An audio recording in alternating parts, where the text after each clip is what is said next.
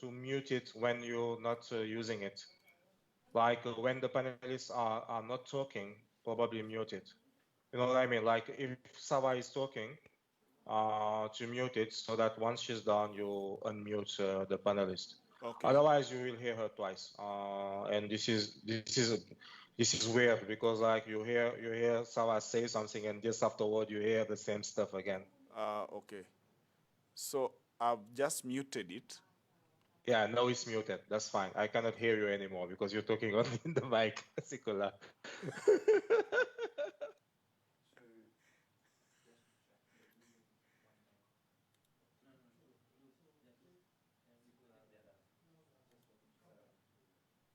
Oh. Can you unmute yourself? Because I'm trying to unmute the screen. Can you ask Andrew?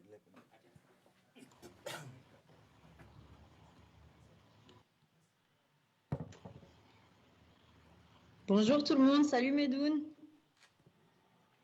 Et petite question, est-ce qu'on est bien censé éteindre notre caméra quand on parle pas? C'est bien ça que j'ai vu dans le document?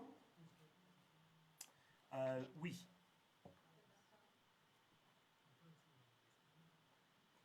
Est-ce que tu m'as capté? C'est pour qu'on ne te voit pas au devant de la scène quand tu parles pas, quoi.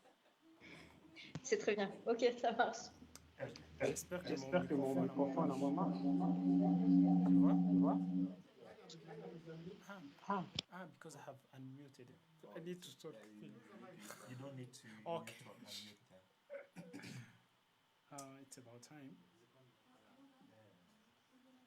So guys, are we ready to go?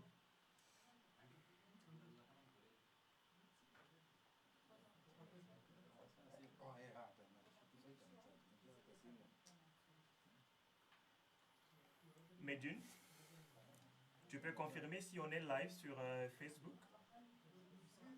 Oui, vous êtes live. Ça a été coupé pendant un moment, mais vous êtes revenu. Mais c'est quoi ma caméra? C'est celle-là? The camera that is filming me? Yes, so we just have to look at the cameras, and then they will decide when to... I disable it? Okay, fine. Okay. Yeah, we are ready in 2 minutes, please.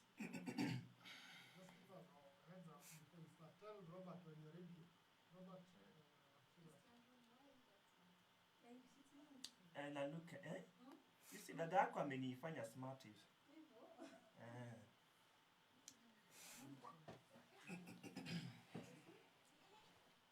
Am I looking right on the other cameras now? Okay. This is perfect. And what about me? You can just forget about you. No, I need that. Like that, I need it. I also need it to check on my frame. There are no two. Sorry for you. My friend. So,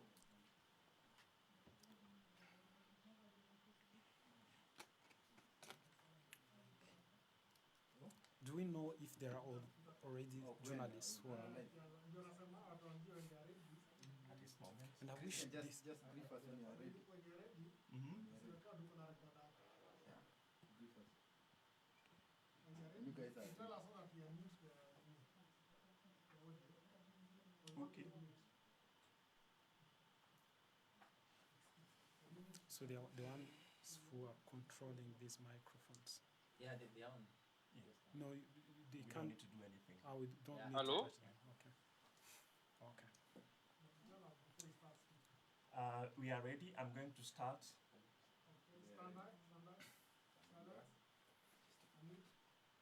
Jean Maubert. Jean Maubert.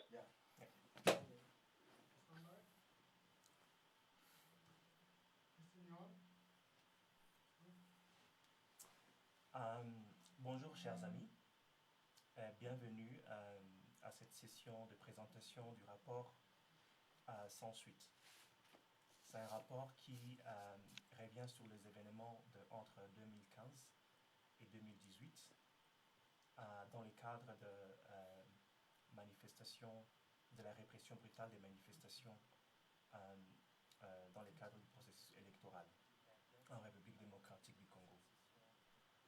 Et donc, nous sommes là pour présenter ce rapport qui revient sur les violations graves des droits de l'homme pendant cette période. Et avec moi aujourd'hui, nous allons avoir un panel de 4 personnes. La première personne, c'est Jean-Aubert Senga, notre chercheur sur la RDC basé ici à Nairobi. Ensuite, nous avons Alice Banens, qui est conseillère légale d'Amnesty International basée à Dakar. Et puis nous avons le père Joseph Musubao, qui est l'oncle d'une des victimes de la répression entre 2015 et 2018. Et enfin, nous avons Sarah Jackson, qui est directrice adjointe du bureau régional d'Amnesty International à Nairobi. Et en termes de l'agenda que nous avons aujourd'hui, je vais commencer par comme je commence déjà, par une petite introduction. Ensuite, je vais passer la parole à Jean-Aubert Senga, qui va revenir sur la méthodologie et les conclusions principales de ce rapport. Ensuite, nous allons écouter un témoignage du père Joseph Musubao, qui sera suivi par les recommandations principales de Alice Banens. Et je vais revenir pour discuter un peu sur les grandes lignes de la campagne que nous allons lancer pour accompagner ce rapport. Et par après, nous allons ouvrir pendant 25 minutes une série de questions-réponses. Et Sarah Jackson va clôturer la session. Pour aller rapidement sur quelques lignes principales en termes des règles pour cette session. Donc nous demanderons à tous les collègues qui sont panélistes de bien vouloir être sur mute pendant la session. Et si par exemple vous qui nous suivez à travers Facebook, vous avez des questions spécifiques, n'hésitez pas à aller dans la boîte de commentaires pendant cette session live et poser vos questions. Et nous allons directement les récupérer et je vais les poser aux panélistes qui sont avec nous aujourd'hui. Si parmi les panélistes, si vous avez besoin de prendre la parole, n'hésitez pas à lever votre main sur le bouton indiqué et je vais vous donner la parole. En termes des réseaux sociaux, donc nous sommes bien sûr live sur Facebook, mais si vous utilisez Twitter, n'hésitez pas d'utiliser les hashtags Justice Maintenant ou Justice Now, mais aussi faites tout pour taguer la présidence de la RDC, qui est présidence-RDC ou Amnesty EARO, pour faire en sorte que votre tweet puisse être récapitulé après cette séance. Donc voilà, sans très tarder, je vais passer la parole à mon collègue Jean-Aubert Senga, qui va nous faire une petite lecture sur la méthodologie et les principales conclusions de ce rapport pendant 10 minutes. Merci Christian pour cette introduction. Merci à tous ceux qui nous suivent pour la publication de ce rapport qui s'intitule Sans suite et qui porte sur l'absence ou l'échec des autorités congolaises à juger les auteurs de la répression brutale des manifestations liées à la crise électorale de 2015 à 2018. Et pour tous ceux qui nous suivent, pour ceux qui ont des questions à poser, mais également pour ceux qui vont participer à la campagne que nous lançons aujourd'hui, Justice Maintenant, pour demander justice pour les victimes et leurs familles, et qui va s'étendre sur une année, comme mon collègue Christian va le dire plus tard. Alors, pour ma présentation, je vais commencer par un bref rappel du contexte dans lequel ces manifestations se sont passées. Tout le monde se souvient qu'à la suite de la réélection contestée en 2011 du président Joseph Kabila, il a entamé un second et celui qui devait être le dernier mandat de 5 ans et qui devait se terminer en décembre 2016. La Constitution prévoyait qu'il devait organiser des élections en novembre 2016 afin de céder le fauteuil présidentiel. Mais dès 2013, certains proches de lui ont commencé à mettre en cause la validité de la limitation constitutionnelle du nombre de mandats. Ils ont donc plaidé pour que la Constitution puisse être révisée afin qu'il puisse rester au pouvoir. Après plusieurs débats et les réactions plutôt vives de l'opposition et de la société civile, le projet de modifier la Constitution a semblé être abandonné en 2014. Mais vers fin 2014, début 2015, le gouvernement a introduit un projet de loi un projet de loi électorale ou une proposition de loi électorale qui prévoyait ou qui conditionnait la tenue des élections, donc des élections à l'époque prévues pour 2016, à la tenue d'un recensement général de la population. Et c'est cela qui a mis le feu aux poudres, parce que dès janvier 2015, l'opposition et des groupes de la société civile ont appelé à des manifestations. Et entre les 19 et le 22 janvier 2015, il y a eu carrément un soulèvement populaire à travers le pays, d'abord à Kinshasa, ensuite dans plusieurs autres villes, qui a été réprimé dans le sang, faisant plusieurs dizaines de morts. 46 d'après le Bureau conjoint des Nations Unies aux droits humains, et plusieurs blessés et des centaines d'arrestations arbitraires. Et ça a été le début d'une série de répression brutale, souvent avec l'usage d'armes à feu, d'armes létales, contre les manifestants. Et la série va durer au moins 4 ans jusqu'à la tenue effective de ces élections en décembre 2018. C'est donc sur cette période que ce rapport porte. Et nous avons, pour des raisons, donc là j'entame la méthodologie. Pour des raisons logistiques et de temps, nous nous sommes limités à documenter de manière spécifique les événements de Kinshasa, qui est la capitale et où se sont déroulées les manifestations les plus virulentes, les plus nombreuses, et où il y a eu le plus de victimes en termes du nombre de morts et de blessés.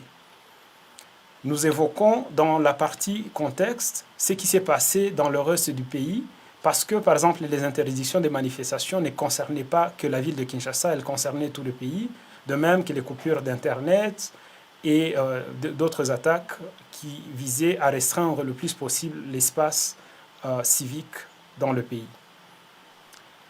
Nous avons mené, donc avant de publier ce rapport, il y a eu deux autres rapports au moins en lien avec ces événements. Nous avons publié un premier rapport en 2015 et un autre en novembre 2016. Les deux rapports portaient et exposaient les efforts que faisait le gouvernement à l'époque pour museler de manière systématique tous ceux qui osaient critiquer le président Joseph Kabila ou s'opposer à ses efforts de se maintenir au pouvoir. Donc ce rapport est une continuité et une suite logique de ces deux premiers rapports. Et la particularité de celui-ci, c'est qu'il se penche sur les efforts de justice. Qu'est-ce qui a été fait pour rendre justice aux victimes, pour tenir responsables les auteurs de ces violations des droits humains? C'est principalement à cette question-là que ce rapport s'efforce de répondre. Alors, nous avons mené au moins 2 missions à Kinshasa, d'abord en février-mars 2018, et ensuite en août 2019. Au cours de ces missions, nous avons interviewé, nous avons eu des entretiens en tête-à-tête avec au moins 115 victimes, proches des victimes, c'est-à-dire parents, frères, sœurs, des témoins directs également de ces manifestations. Nous avons eu également, à travers des appels téléphoniques ou des entretiens directs, Nous avons parlé avec plusieurs autres acteurs, notamment les avocats des victimes, des magistrats, des responsables de la police, des procureurs. Nous avons même rencontré au moins 2 représentants du gouvernement, en l'occurrence la ministre de l'époque des droits humains, Madame Marie-Ange Mouchobekwa, et le ministre de la Justice de l'époque, Monsieur Alexis Tambwe Mwamba. Nous avons également rencontré le procureur, le procureur à l'époque le procureur général de la République, on l'appelait. C'est devenu maintenant le procureur près la Cour de cassation, et l'auditeur général des forces armées de la RDC. Nous avons enfin rencontré des représentants des Nations Unies, des représentants des corps diplomatiques et d'autres acteurs qui étaient témoins ou impliqués d'une manière ou d'une autre dans cette période.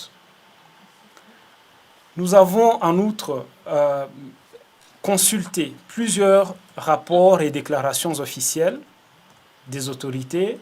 Nous avons consulté des rapports des collègues d'autres ONG de défense des droits humains, qu'elles soient internationales ou congolaises. Nous avons consulté des rapports de presse sur ces événements et plusieurs autres sources. Donc, c'est un rapport de 68 pages qui se base sur une recherche de pratiquement 2 ans et qui a été le plus loin possible pour essayer de comprendre ce qui se passe au niveau des efforts de justice. En janvier, pour terminer en termes de méthodologie, en janvier 2020 et ensuite en avril 2020, nous avons envoyé des correspondances officielles aux autorités congolaises, notamment au ministre de la Justice, au ministre des Droits humains, au ministre de l'Intérieur, à l'auditeur supérieur des FARDC, au procureur près la Cour de cassation, au chef de la police pour la ville de Kinshasa et à d'autres autorités pour leur donner l'occasion, l'opportunité de répondre à nos conclusions. Malheureusement, jusqu'à ce jour, nous n'avons obtenu aucune réponse officielle de leur part. Alors, je m'en vais parler des principaux résultats. D'après notre décompte, entre janvier 2015 et décembre 2018, les forces congolaises ont tué au moins 320 personnes au cours ou à l'occasion des manifestations à travers la RDC. Ce ne sont pas seulement des chiffres pour la ville de Kinshasa. Elles ont également blessé au moins 3500 personnes et elles en ont arrêté de manière souvent arbitraire ou illégale plus de 8000. Il y a eu une dizaine de policiers qui ont été tués et autour de 80 policiers qui ont été blessés à l'occasion des manifestations, dont certaines étaient violentes, mais au cours desquelles la police et l'armée ont intervenu de manière excessive. Nous avons également documenté qu'il y a eu au moins 46 arrestations de journalistes, qu'il y a eu la coupure de Radio Okapi à 3 reprises, il y a eu la suspension de la Radio France Internationale pendant 9 mois. Il y a eu au moins 10 journalistes étrangers qui ont été expulsés ou qui ont vu leurs accréditations annulées. Et il y a eu des stations de radio qui ont été fermées à travers tout le pays. Il y a eu également 7 coupures d'Internet sur 4 ans pour une durée cumulée de 59 jours, ce qui est énorme.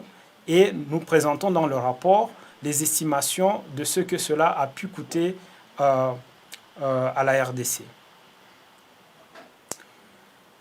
Alors, la répression brutale que nous documentons dans ce rapport, elle a été systématique. Elle a d'abord été précédée toujours par des interdictions généralisées et illégales de manifester, du droit de manifester, par soit le ministère de l'Intérieur, soit des gouverneurs, en l'occurrence le gouverneur de la ville de Kinshasa, mais aussi d'autres gouverneurs à travers le pays, et puis par des coupures d'Internet, comme pour interdire aux gens d'accéder à l'information et de pouvoir communiquer. Il y a eu, comme je le disais tantôt, un recours systématique à la force létale contre les manifestants y compris des manifestants pacifiques, y compris à l'intérieur des églises, des manifestants qui priaient ou qui étaient à genoux.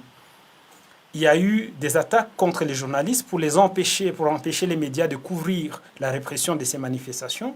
Il y a eu enlèvement et rétention des corps des victimes pour empêcher les victimes de faire le deuil, les familles de faire le deuil ou d'enterrer leurs proches.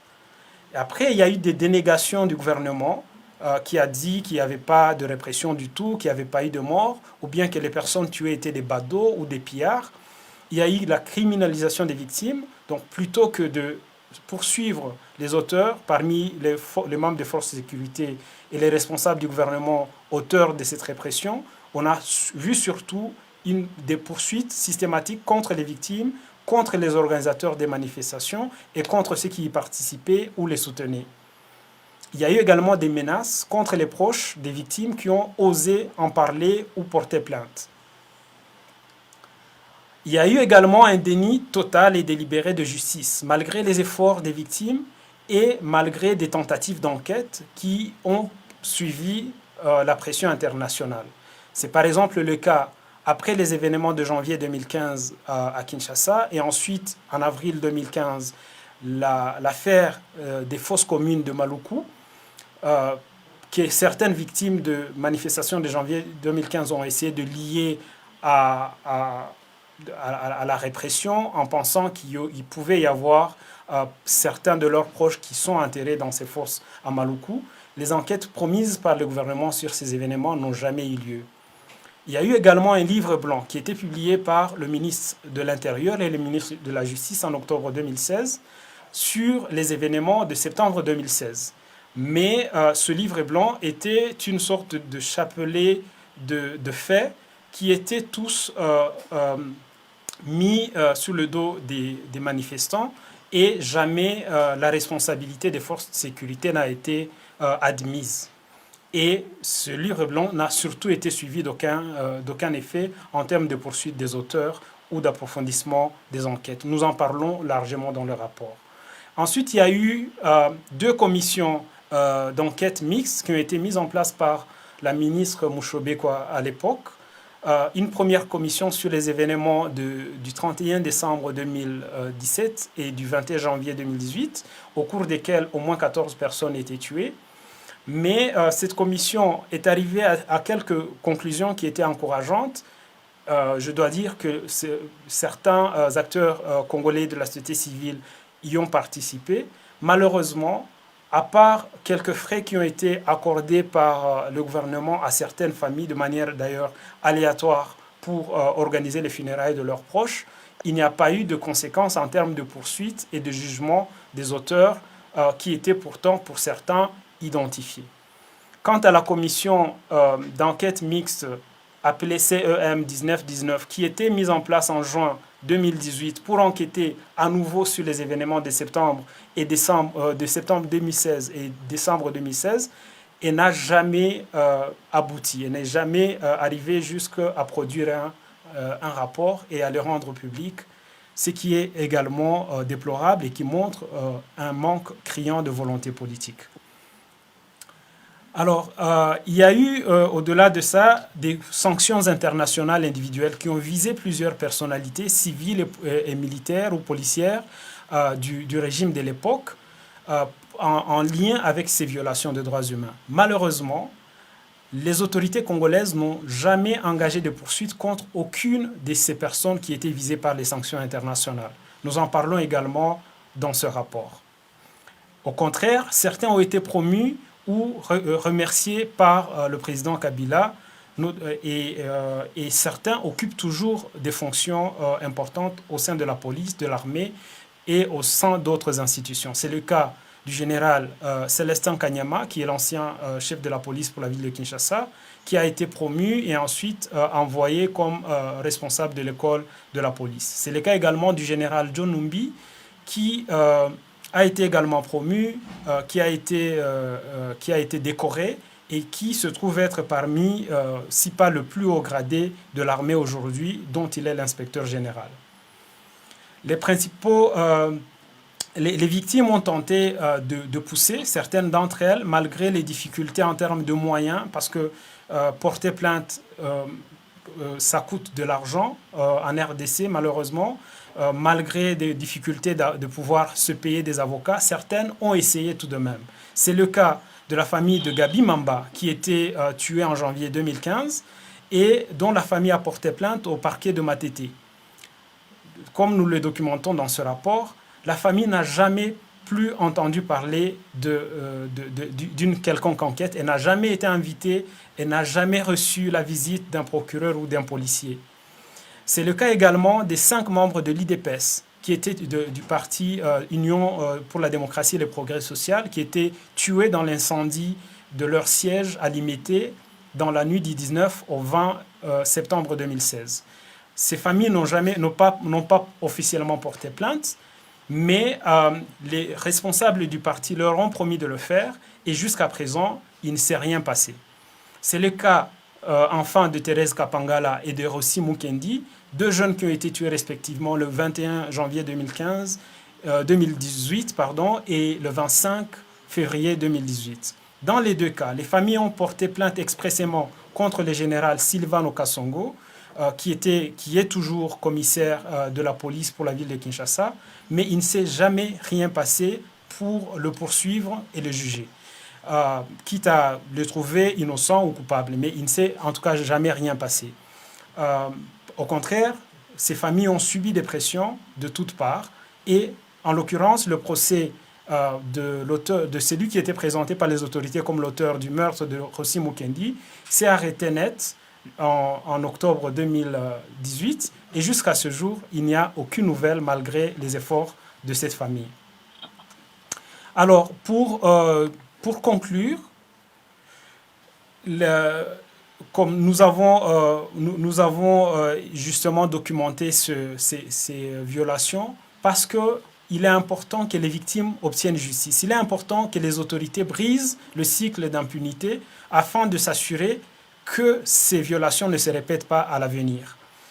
Les familles que nous avons interviewées, les 115 proches, placent beaucoup d'espoir dans le président Félix Tshisekedi, qui a promis à plusieurs reprises d'instaurer un état de droit et de mettre fin à l'impunité. Non pas qu'elles attendent à ce qu'il se substitue à la justice, mais à ce qu'il utilise ses prérogatives constitutionnelles pour s'assurer qu'elles obtiennent justice et que les responsables de ces graves violations répondent de leurs actes. Voilà. Merci. Merci beaucoup, Jean-Maubert, pour ce résumé très important de ce rapport. Je vais très rapidement passer la parole au père Joseph Musubao, qui nous joint depuis Kinshasa pour donner un témoignage qu'il a pour nous aujourd'hui. Mon père. Merci beaucoup pour la parole. Je me présente, comme vous venez de l'indiquer, je suis Père Joseph Musubao. Je suis Père Joseph Musubao, prêtre de l'archidiocèse de Kinshasa, et j'interviens ici en tant que témoin de l'assassinat de Thérèse Kapangala.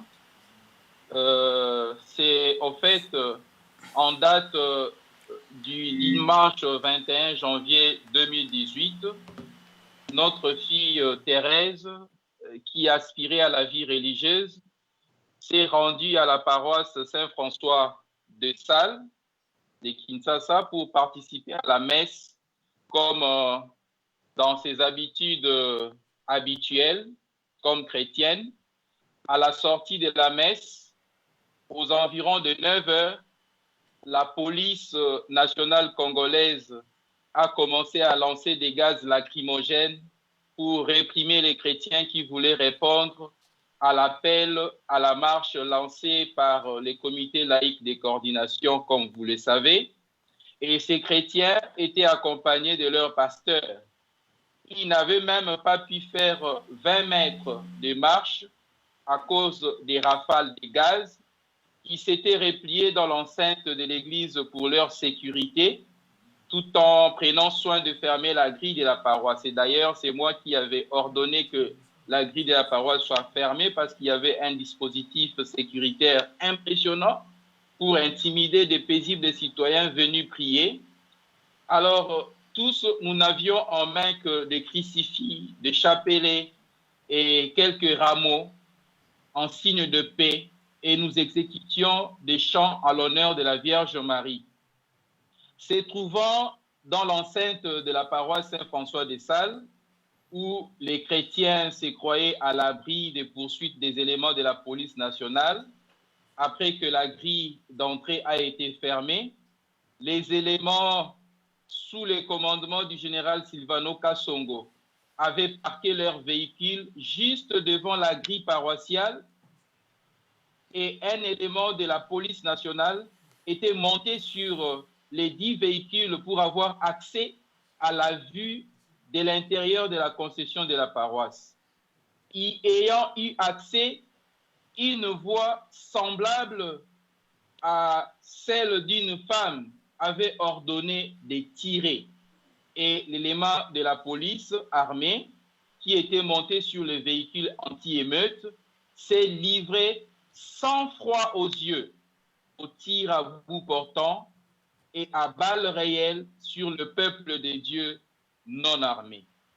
S'étant aperçus en danger et sans défense, les chrétiens se sont mis à fuir dans tous les sens dans la cour de la paroisse, chacun cherchant à se mettre à l'abri de la pluie des balles de la police nationale congolaise.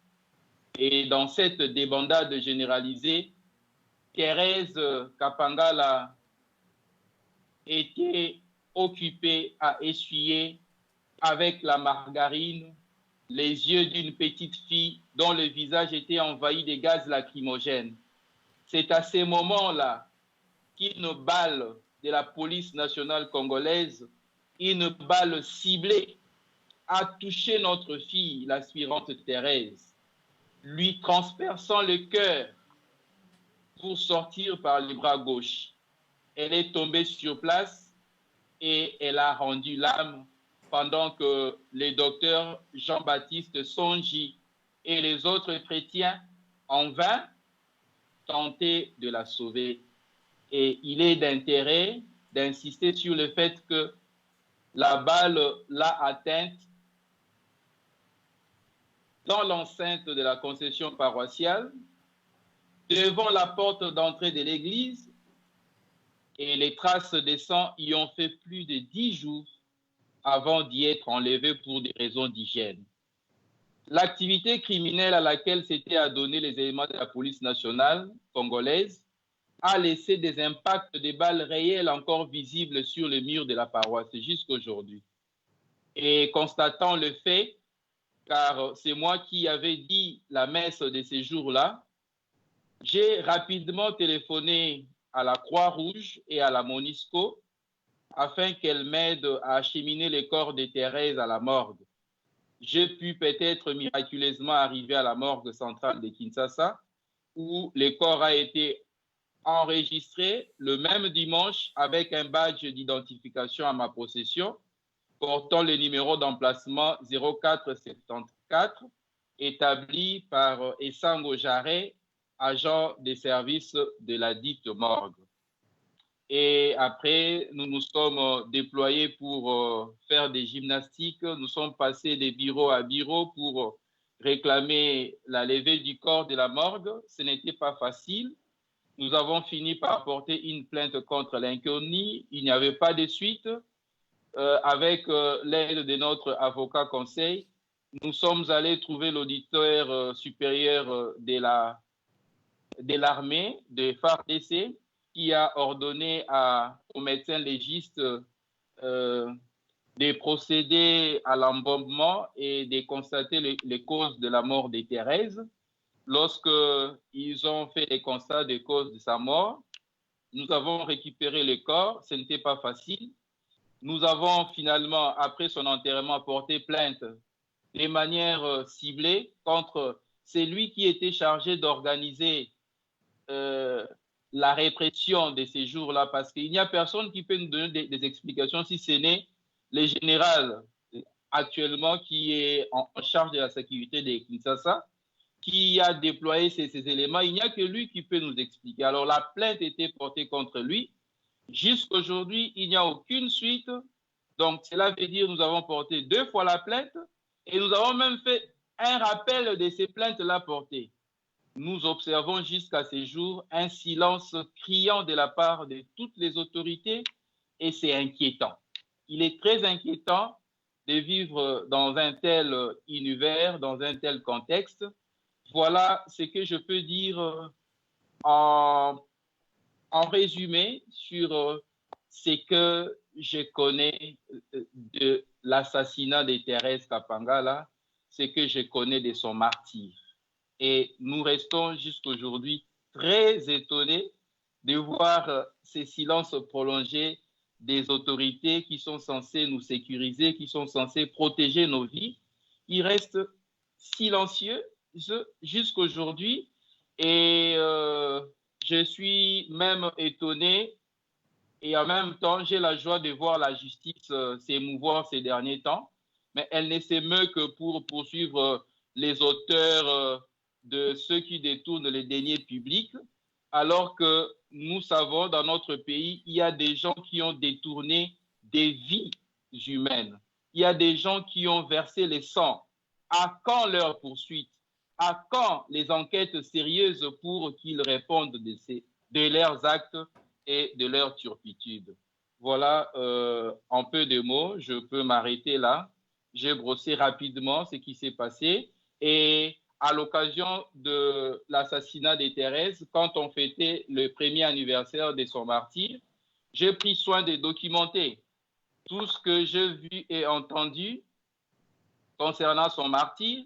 J'ai publié un ouvrage qui porte le titre suivant « Les martyrs de Thérèse Kapangala en RDC, du terrorisme d'État au déni de justice ». Et ce titre reste d'actualité parce que jusqu'au moment où je vous parle, l'État est resté silencieux. On nous prive l'accès à la justice. Merci. Merci beaucoup, mon père, pour ce témoignage combien profond et pour ce rappel que Thérèse a été tuée par balle sur le parvis de l'église, dans l'enceinte de l'église. Je vais rapidement passer la parole à Alice pour qu'elle nous retrace les recommandations principales de ce rapport. Alice. Bonjour à toutes et tous et merci de me passer la parole. Merci au Père Joseph pour son témoignage émouvant. Ce qui est malheureux et ce que la recherche que l'on présente aujourd'hui montre, c'est que ce témoignage n'est pas un témoignage unique et beaucoup de personnes ont été victimes de violations des droits humains entre 2015 et 2018 et notamment ont perdu la vie lors de manifestations. Ce que ce témoignage montre également, ainsi que notre rapport, c'est que ces crimes jusqu'ici restent impunis et l'État a même parfois bloqué les efforts de ces familles et de ces victimes qui tentaient d'obtenir la vérité sur ce qui s'était passé et justice pour les crimes qu'ils ont subis. Il est temps que ça change. La demande de ces victimes et de leurs proches d'obtenir vérité et justice est non seulement une demande légitime, mais c'est une revendication de leurs droits. Le droit à la justice et à la réparation est un droit qui est reconnu à la fois par le droit congolais et le droit international des droits humains à travers des instruments juridiques qui ont été ratifiés par l'État congolais lui-même. Et donc, cette absence de justice jusque maintenant montre à quel point l'État a failli à son obligation de respecter et de mettre en œuvre le droit à la justice de ces personnes. Ce que nous tentons de faire à travers les recommandations qui sont inclus à la fin de ce rapport, c'est de donner des indications concrètes sur les mesures que les autorités congolaises peuvent et doivent prendre afin de remédier à cette situation et mettre en œuvre ce droit à la justice. La responsabilité est partagée au sein des différentes autorités congolaises. Les premières recommandations que nous avons au sein de notre rapport s'adressent au président Félix Tshisekedi lui-même. D'abord parce que le président a cristallisé beaucoup d'espoir de ses victimes avant d'obtenir le pouvoir. Et aujourd'hui, à travers l'inaction des autorités congolaises, mais également à travers les mots qu'il a pu prononcer, notamment en septembre 2019, lorsqu'il disait qu'il n'avait pas de temps à perdre avec le passé et qu'il était tourné vers l'avenir.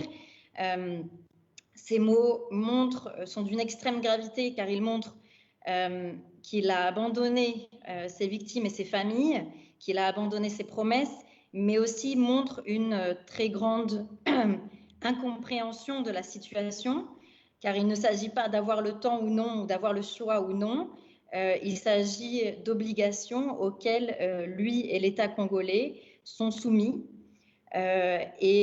Donc nous enjoignons aujourd'hui le président Tshisekedi à revenir sur ces mots et à s'engager publiquement à ce que les auteurs de ces crimes, de ces homicides, soient poursuivis devant la justice, quel que soit leur rang, quelle que soit leur fonction. Nous appelons également le président à ce qu'il prenne des mesures immédiates pour suspendre toutes les personnes qui sont suspectées d'avoir commis de tels actes, afin qu'ils ne puissent pas commettre à nouveau de telles brutalités en attente de la complétion des enquêtes et de leur jugement. Une partie de nos recommandations s'adresse évidemment, bien sûr, au pouvoir judiciaire, puisque le pouvoir judiciaire est le premier responsable pour mener ces enquêtes, donc ouvrir des enquêtes ou accélérer, reprendre les enquêtes qui ont été déjà ouvertes sur les violations des droits humains qui ont été commises et sur les morts de ces personnes, y compris sur la mort de notre chère Thérèse Kapangala. Et ces enquêtes elles doivent être poursuivies de façon impartiale, indépendante et efficace.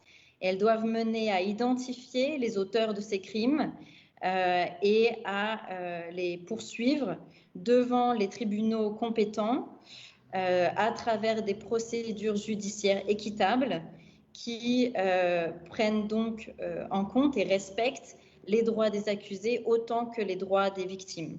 À savoir également, je me permets de préciser que ces enquêtes et ces poursuites doivent être menées, que les familles aient déposé des plaintes ou non. Il en est de la responsabilité de l'État.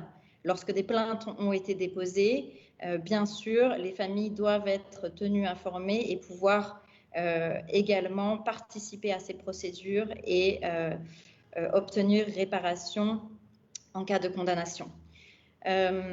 Je ne voudrais pas monopoliser la parole, donc je vais m'arrêter ici, mais nous avons également d'autres recommandations qui sont adressées à d'autres autorités congolaises, en particulier, par exemple, le ministère des Droits humains, que nous appelons à rendre publics les rapports des commissions d'enquête mixtes et à faire le suivi des affaires devant les tribunaux congolais, ainsi que des recommandations aux partenaires internationaux pour qu'ils puissent appuyer les efforts des autorités congolaises, notamment à travers un appui financier et technique si cela est nécessaire.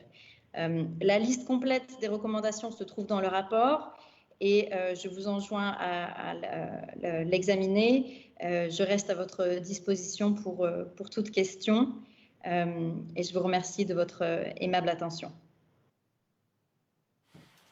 Merci beaucoup Alice pour ces résumés de recommandations. Et comme Alice vient de les mentionner, Notre recommandation principale, c'est vraiment au président Tshisekedi. Et ici, tout à l'heure, je vais revenir sur les actions que nous pouvons mener ensemble. Parce que Amnesty International est un mouvement global à travers le monde qui non seulement fait des recherches et publie des rapports, mais aussi nous sommes un mouvement qui travaille depuis des décennies maintenant sur des campagnes pour demander justice en faveur des victimes des violations des droits humains. Donc ce rapport va être accompagné par une campagne qu'on a dénommée Justice maintenant. En fait, c'est un nom qui vient d'une série de consultations qu'on a faites, notamment avec notre audience en RDC qui nous suit à travers notre page Facebook. Et donc, nous allons entamer cette campagne pour assurer que les demandes des familles des victimes puissent effectivement arriver au président de la République. Alors, comment agir? Comment est-ce que nous pouvons aider Amnesty International, mais aussi les victimes à ce que leur voix puisse arriver auprès des autorités congolaises? D'abord, nous avons une pétition qui est en ligne, et une pétition qui s'adresse directement au président Félix Tshisekedi et qui lui demande deux choses principalement, comme Alice vient de le dire, que les responsables présumés de crimes et autres auteurs graves de violations des droits humains entre janvier 2015 et décembre 2018 soient effectivement poursuivis. Et cela indépendamment de leur grade, parce que ça c'est très très important. Comme nous avons suivi de la présentation de mon collègue Jean Maubert, mais aussi du témoignage du père Joseph et aussi de ma collègue Alice, il n'y a vraiment pas eu de rendement des comptes de la part de la chaîne de commandement des personnes qui étaient responsables entre guillemets, de mettre l'ordre pendant ces manifestations. Et donc ça c'est très important qu'indépendamment des grades des personnes qui étaient impliquées ou accusées dans ces crimes, ils doivent être poursuivis. Mais aussi, il faut qu'ils garantissent l'accès à la justice et les droits des réparations aux victimes et leurs familles. Ça, c'est bien un. De deux, nous avons nous avons des actions qu'on propose sur des réseaux sociaux et sur Twitter. Je sais que récemment, nous avons tous suivi que le président de la République, c'est quelqu'un qui est sur les réseaux sociaux. Et donc, c'est très, très important que nous puissions saisir cette opportunité pour que nous puissions nous adresser directement au président de la République par des voix qui lui sont aussi familiers, et notamment sur Twitter ou sur Facebook. Et là, par exemple, à travers notre profil sur Twitter, Amnesty et Arrow, vous pouvez retweeter nos messages pour assurer que les messages que nous adressons au président de la République dans le cadre de cette campagne puissent lui arriver directement. Mais aussi sur notre page Facebook, dans la case de discussion, nous allons poster des vidéos, des graphiques ou des illustrations que vous pouvez consulter et partager à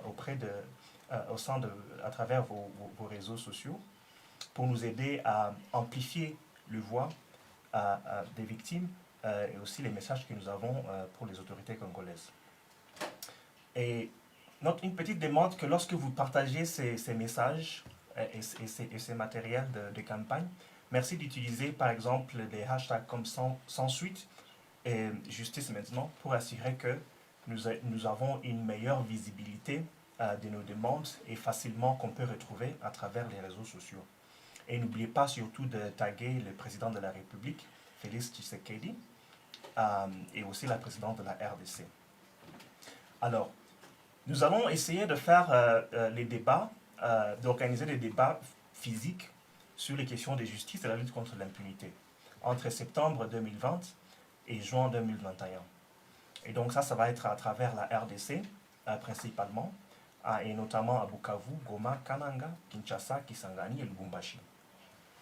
Et nous donnons rendez-vous pour février 2021 pour faire une marche pour la justice. Et là, avec un soutien aux familles pour assurer que notre demande de justice soit effectivement entendue par les autorités congolaises. Et nous prévoyons pendant cet événement-là déposer les signatures qu'on aura collectées de la pétition que nous avons mise en ligne. On va collecter ces signatures et les remettre auprès des autorités congolaises à l'occasion de cette marche pour la justice en février 2021. Et donc, si vous êtes à Kinshasa, si vous êtes en RDC, nous serons très très contents de vous voir parmi nous. Principalement, nous serons à Kinshasa, mais aussi nous allons évaluer avec les amis d'Amnesty à travers la RDC pour voir la possibilité de faire des marches à travers les pays en province. Et aussi à travers le monde, nous allons mobiliser nos sections parce qu'Amnesty, ce n'est pas uniquement une institution basée dans des grandes capitales, mais nous sommes à travers le monde, nous avons des sections à travers le monde. Nous allons nous organiser pour qu'il y ait un mouvement de solidarité à travers le monde et organiser des marches devant les ambassades de la RDC pour demander justice pour les victimes de violations graves des droits de l'homme en RDC. Et mes collègues ont parlé des cas spécifiques dans ce rapport. On va aussi les publier sur notre page Facebook, mais aussi sur notre compte Twitter. En ce moment, nous sommes focalisés sur les cas de Thérèse Kapangala, Rossi Mukendi, Gabi Mamba, Benjamin Bandibanga, mais aussi les cas de 5 membres de l'UDPS qui ont été tués dans un incendie dans la nuit du 19 au 20 septembre 2016. 2016. Mais nous avons l'intention d'augmenter ou du moins d'ajouter d'autres cas qui vont nous parvenir pendant cette période pour nous assurer que nous couvrons autant que possible les violations graves qui se sont déroulées pendant cette période de 2015 à 2018. Enfin, si nous voulons par exemple engager directement avec les familles, nous vous encourageons en tout cas d'envoyer des mots de solidarité et de réconfort aux familles des victimes, parce que c'est très très important que nous puissions exprimer notre solidarité aux familles et nos encouragements. Donc envoyez vos messages à drcteam@amnesty.org ou sur notre page Facebook Amnesty International RDC. Nous allons mettre ces informations-là en ligne pour que vous puissiez avoir accès direct à cela. Et donc nous allons collecter ces informations ou ces messages périodiquement et nous allons les rendre, nous allons les partager avec les familles pour lesquelles ils sont destinés. Donc voilà, merci beaucoup pour ce temps. Je vais ouvrir le débat. Si vous avez des questions, merci de les poser directement soit au niveau de notre page Facebook ou si vous êtes en ligne sur Teams, n'hésitez pas de nous poser les questions directement.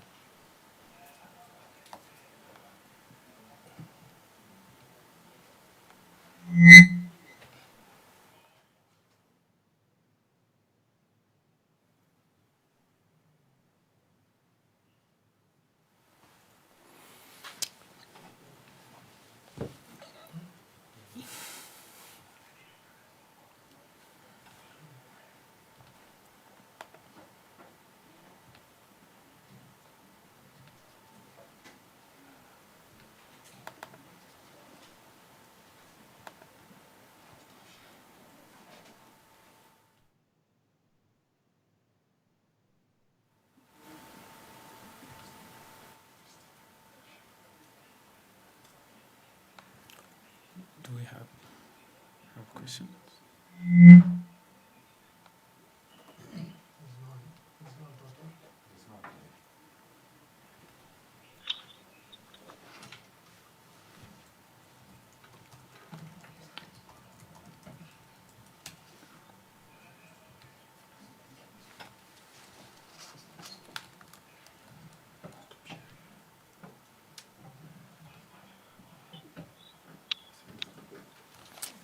Questions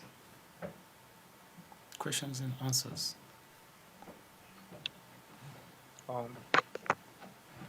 Il y a 2 questions en ligne sur Facebook.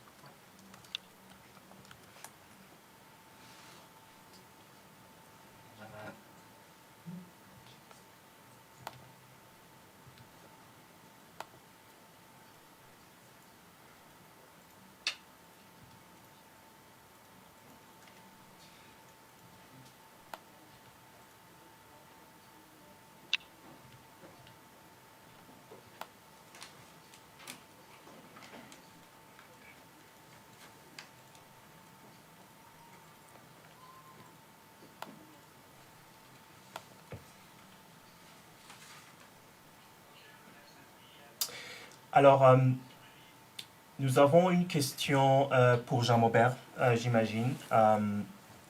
Une question, peut-être mon collègue va m'aider, qui a identifié de qui la question nous est parvenue. Mais la question est pourquoi Luc Kulula de la Lucha n'est pas sur votre liste? Jean-Maubert?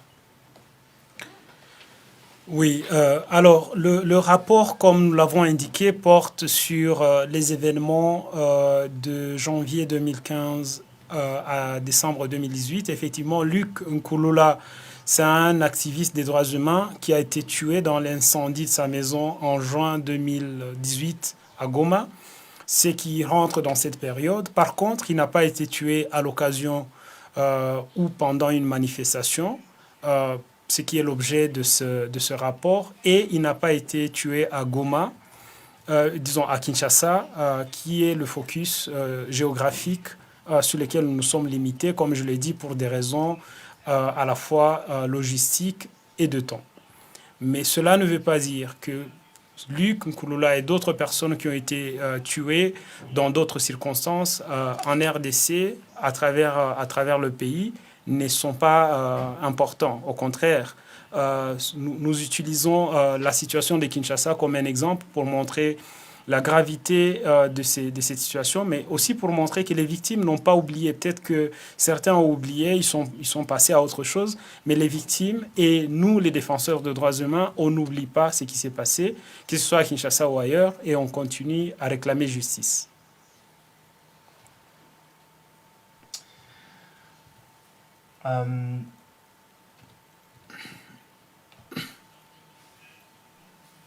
Et la question de qui nous vient de Gu Muyembe, qui demande si nous allons publier le rapport après cette conférence. Oui, c'est clair, nous allons publier le rapport déjà dès maintenant. Je crois que le rapport doit être disponible en français et en anglais, mais aussi les communiqués de presse, j'imagine qu'il est aussi disponible en ce moment.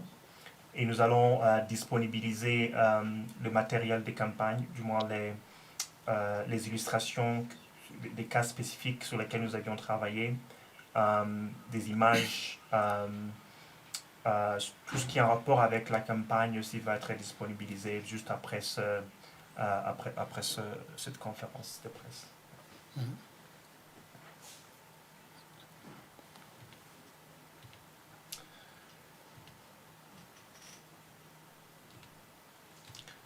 Et il y a une question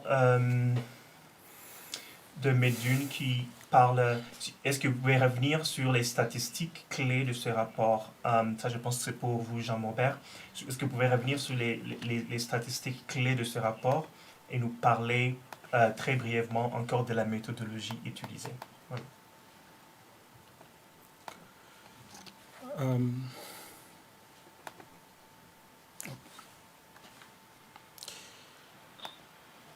Oui, alors, pour ce qui concerne donc les statistiques,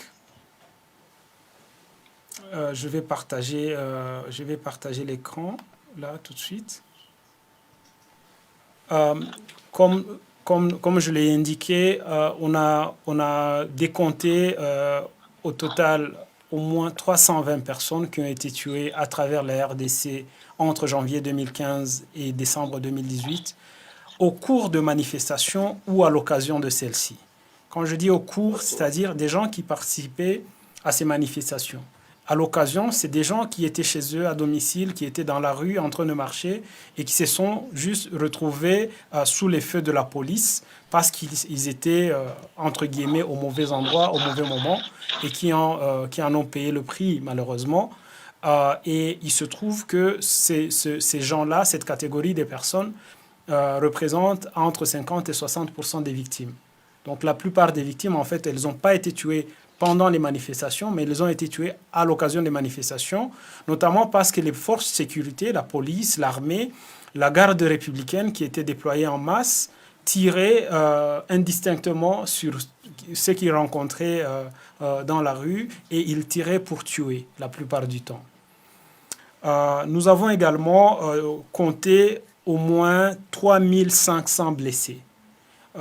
Nous avons des cas, malheureusement, tout ne pouvait pas rentrer dans le rapport, mais des gens qui ont encore des séquelles de ces blessures, des personnes qui ont encore des balles dans le corps, des personnes qui sont devenues infirmes et qui ne peuvent plus marcher ou parler ou faire leur travail normalement. Et tous ces gens-là qui portent en fait la douleur dans leur chair et qui ne sont pas prêts d'oublier, surtout si la justice ne leur est pas rendue.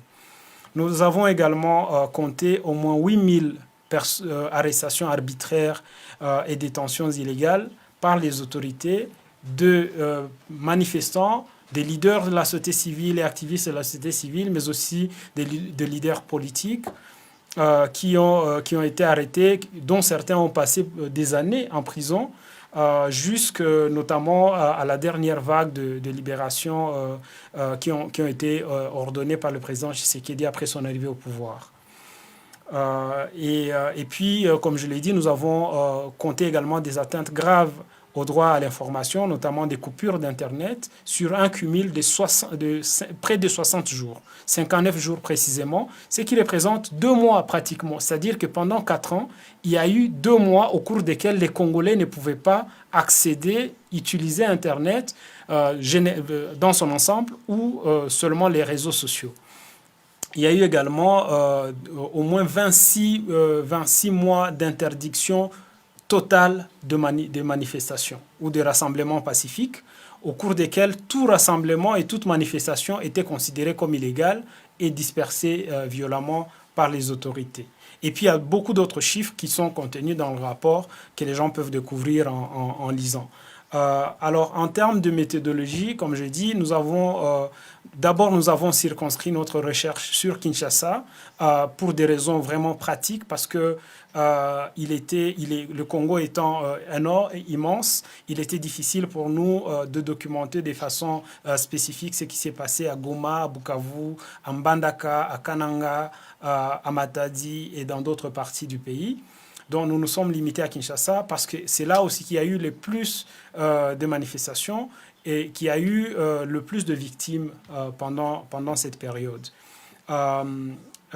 Nous avons effectué 2 missions de longue durée sur le terrain, donc d'au moins 2 semaines sur le terrain à Kinshasa, au cours desquelles nous avons eu des entretiens en tête-à-tête avec 115 victimes ou proches de victimes, mais également d'autres entretiens avec des représentants de l'État, au moins 2 ministres, le ministre de la Justice et la ministre de l'époque des droits humains, des procureurs, des magistrats, des avocats, des défenseurs des droits humains, des représentants des Nations Unies, etc.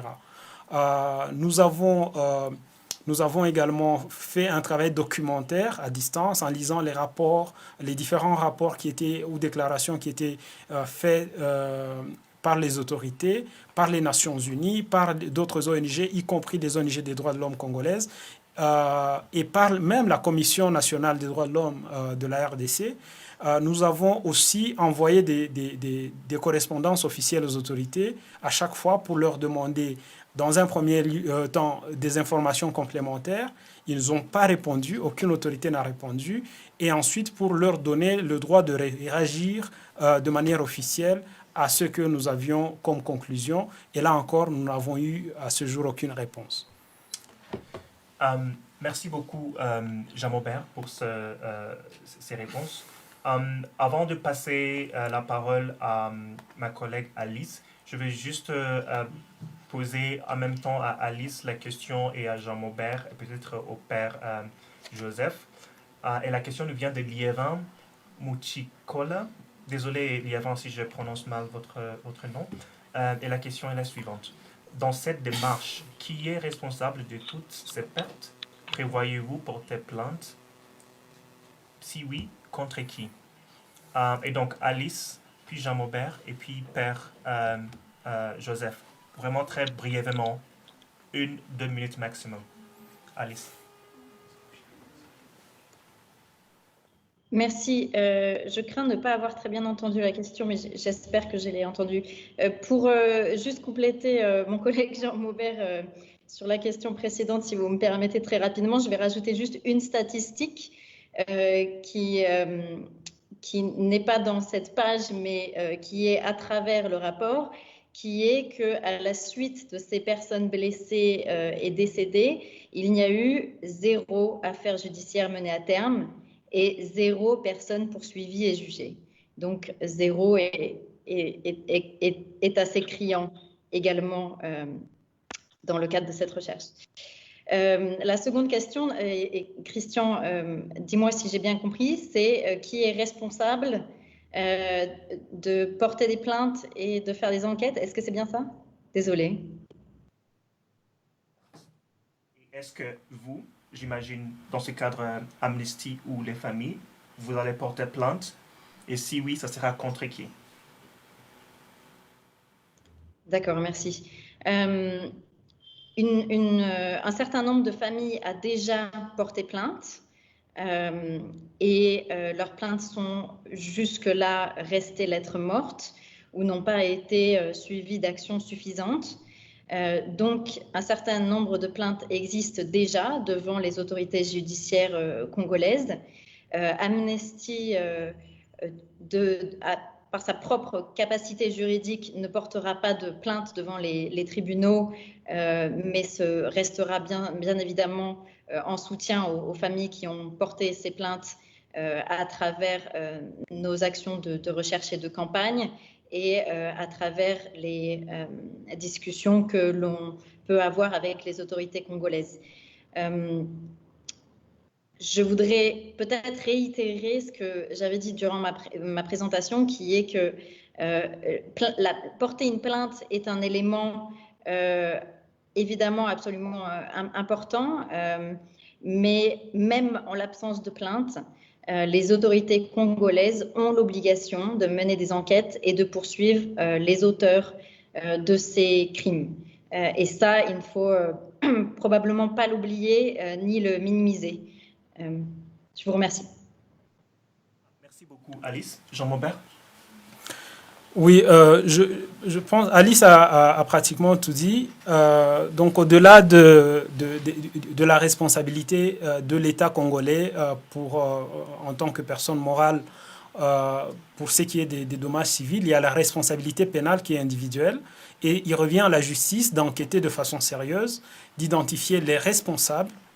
Pas seulement les policiers et les militaires qui ont tiré avec leurs armes sur les manifestants et qui les ont tués ou blessés, ou ceux qui les ont arrêtés de manière arbitraire, mais aussi ceux qui ont donné les ordres de le faire, que ce soit les commandants de la police, de la garde républicaine, de l'armée congolaise, mais aussi, d'une certaine manière, il y a la responsabilité des autorités politiques qui ont interdit de manière illégale les manifestations et qui ont requis l'usage de la force pour disperser les manifestants, notamment pour Kinshasa. C'est souvent la responsabilité du gouverneur de province. Et là encore, c'est documenté dans ce rapport le nombre de fois où le gouverneur a de manière arbitraire dit qu'une manifestation n'était pas autorisée et que par la suite, il y a eu répression violente.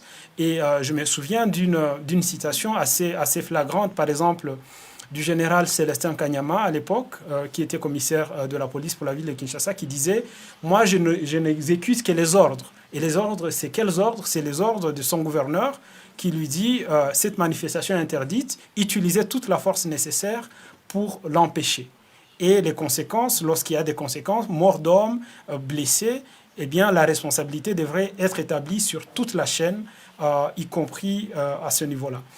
Un dernier élément, peut-être, c'est que, comme Alice l'a dit, il y a des victimes qui ont eu le courage de porter plainte. C'est le cas notamment de la famille de Thérèse Kapangala, qui a porté plainte expressément contre le général Silvano Kasongo.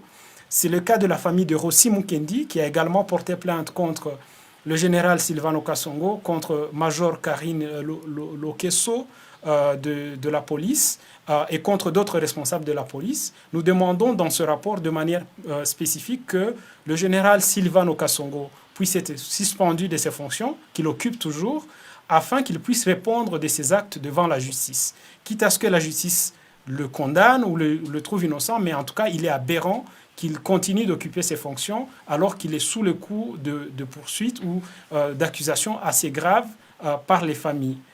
Mais il y a également d'autres responsables qui ne sont pas forcément dans le rapport. Il revient aux autorités d'enquêter de façon sérieuse et crédible et de le tenir responsable de leurs actes. Alors, je vais peut-être prendre les 2 dernières questions de nos amis en ligne et puis passer la... Oh, désolé, j'ai oublié Père Joseph. Vous voulez intervenir pendant 1 minute maximum? Oui, ça va, pendant 1 minute. Mes prédécesseurs ont tout dit et ils ont bien dit. Ce qui est vrai, c'est que nous avons affaire à tous ces cas des massacres et tous ces cas sont enregistrés à la suite des opérations soit militaires ou policières. Mais jusqu'à preuve du contraire, moi, je n'ai pas encore vu une seule autorité de l'armée ou de la police être interpellée même par l'Assemblée nationale. Donc, on pose des actes publics, on tue spectaculairement et en public, et c'est la même police qui apparaît à la télévision le soir pour d'abord contredire les statistiques que nous avons tous constatées sur le terrain, et après, pour soit incriminer ceux qui sont tués et les taxer de tous les maux. Je pense que pour arriver à des bons résultats, si nous devons poursuivre les présumés auteurs de ces crimes que nous décrions, il nous faut nous attaquer aux donneurs des ordres. Et ils ont la responsabilité pénale comme responsables de répondre des actes posés par leurs agents sur terrain. Voilà ce que je peux dire par rapport à qui cibler au regard de plaintes déposées ça et là. Je vais prendre les 2 dernières questions et passer la parole à notre aux collègues et ensuite à notre directrice adjointe Sarah Jackson. Et les 2 questions, l'une vient de Liévin et l'autre vient de Médune. La première, c'est: vous comptez continuer avec toutes les provinces ou devons-nous oublier les autres morts? Les Kabwina Sapu, Yumbi, vous arrêter sur Kinshasa sera comme une sorte d'injustice pour les autres victimes. Jean Maubert. Oui, alors, évidemment que nous n'oublions aucune victime. Comme je l'ai dit tantôt, toutes les victimes des atrocités commises en RDC, que ce soit à l'occasion des conflits armés, des rébellions, de conflits intercommunautaires et d'autres violences, y compris de la répression dont il est question dans ce rapport, méritent justice. Et ce que nous demandons comme Amnesty, c'est que nous militons pour la justice pour tout le monde. Mais on ne peut pas tout mettre dans un même panier. Dans ce rapport-ci, il s'agit bel et bien des victimes de la répression à l'occasion des manifestations entre 2015 et 2018. Ça se doit d'être spécifique, avec des demandes spécifiques et une période spécifique. Comme je l'ai dit, nous avons des rapports qui ont porté sur d'autres violences. Nous avons fait un travail de documentation sur, par exemple, les violences du Kasaï. Nous avons demandé justice et nous continuons à la demander. Nous avons fait de même pour Béni. Nous avons fait de même partout où il y a eu des crimes. Nous ne sommes pas les seuls, il y a d'autres organisations également qui les font. Il y a les Nations Unies qui font un travail de documentation systématique des droits humains, qui ont plus de ressources que nous, sur ce qui se passe en Ituri, à Minembwe, sur ce qui s'est passé à Yumbi, sur ce qui se passe de mal partout en RDC. Mais voilà, ça c'est une contribution dans un effort global de demander la responsabilisation des auteurs et la justice pour les victimes. Ce n'est qu'une contribution, mais ça ne se limite pas notre demande ne se limite pas à ce qui est dans ce rapport. Et juste pour compléter pour Liévin, et donc nous avons par exemple sur les Kasaï, nous avions mené des actions vraiment très soutenues sur les cas des filles détenues par les groupes armés Banamura. par les Banamura. Et là encore, nous avions engagé les présidents, d'abord Kabila et ensuite le président Tshisekedi, sur cette question-là spécifique des filles kidnappées et détenues par les Banamura. Et jusqu'aujourd'hui, il n'y a pas encore d'issue heureuse sur cette question-là. Et donc, si vous avez une occasion ou envie d'agir sur cette action-là, merci de visiter notre page Facebook. Il y a un lien sur ça et où nous pouvons encore la partager après cette conférence. La dernière question est de Médune qui demande est-ce que Amnesty a fait des travaux durant les manifestations et leur répression violente? Et sinon, pourquoi maintenant? Peut-être je vais essayer encore de répondre à cette question. Nous avons fait, comme je l'ai dit dans mon introduction, nous avons d'abord produit un premier rapport en 2015, un autre en 2016, et ce n'étaient pas les tout premiers rapports d'Amnesty sur la RDC. Il y a eu des rapports sur la RDC depuis qu'Amnesty existe, mais ça, c'est les plus récents liés à la crise politique dont nous parlons. Et ces rapports existent toujours, ils peuvent être consultés sur notre site avec des recommandations que nous continuons à suivre autant que nous pouvons. Pendant la répression, nous avons constamment, de manière régulière, nous avons dénoncé l'usage abusif de la force, les interdictions illégales et systématiques de manifester ou de se réunir ou de s'associer, les atteintes aux droits des journalistes de rechercher et de diffuser l'information, les coupures d'Internet. Il y a des communiqués, nous ne faisons pas que des rapports, nous faisons des communiqués, nous faisons des déclarations, nous faisons des plaidoyers auprès des Nations Unies, auprès des autorités, auprès de la SADC, auprès de l'Union africaine et de la Commission africaine des droits de l'homme et des peuples. Donc, comme je l'ai dit, en tout cas, le travail d'Amnesty sur la RDC et sur cette question ne commence pas avec ce rapport et ne va pas se terminer avec ce rapport. C'est une contribution qui s'ajoute à d'autres efforts que nous faisons. Mais je finis aussi par dire que Amnesty International n'a pas de baguette magique pour tout régler et nous comptons justement sur les Congolais d'abord qui sont au pays et qui peuvent et doivent se mobiliser pour demander justice parce que ce qui touche Thérèse Kapangala ou Rossi Mukendi, demain, ça va être quelqu'un d'autre ou ça va être quelqu'un parmi ceux qui nous suivent ici, malheureusement, si justice n'est pas rendue. Donc nous comptons sur leur mobilisation, nous comptons également sur la mobilisation de nos membres à travers le monde pour tenir les autorités congolaises responsables. Nous comptons enfin sur les partenaires internationaux de la RDC qui donnent des moyens à la police, qui donnent des moyens à la justice, afin qu'ils puissent peser de tout leur poids pour que les responsables des atrocités et des violations des droits de l'homme, comme celles que nous documentons dans ce rapport, ne puissent pas rester impunis. Merci beaucoup, Jean-Maubert. Et enfin, je vais passer la parole pour le mot de clôture à notre directrice adjointe régionale, Sarah Jackson. Sarah? Merci Christian et merci à tous d'avoir pris de votre temps précieux pour joindre cette conversation aujourd'hui. Ce rapport revient sur un des moments les plus tragiques de l'histoire récente de l'RDC. Et même si cette période de crise est débouchée sur les élections et une alternance politique, notre rapport démontre que les violations graves des droits humains commises avant ces élections demeurent impunies au grand nombre des victimes et de leurs familles. Ceci est loin d'être une particularité de l'RDC. Dans la même période qui couvre ce rapport, nous avons documenté la même tendance dans des autres pays de la région.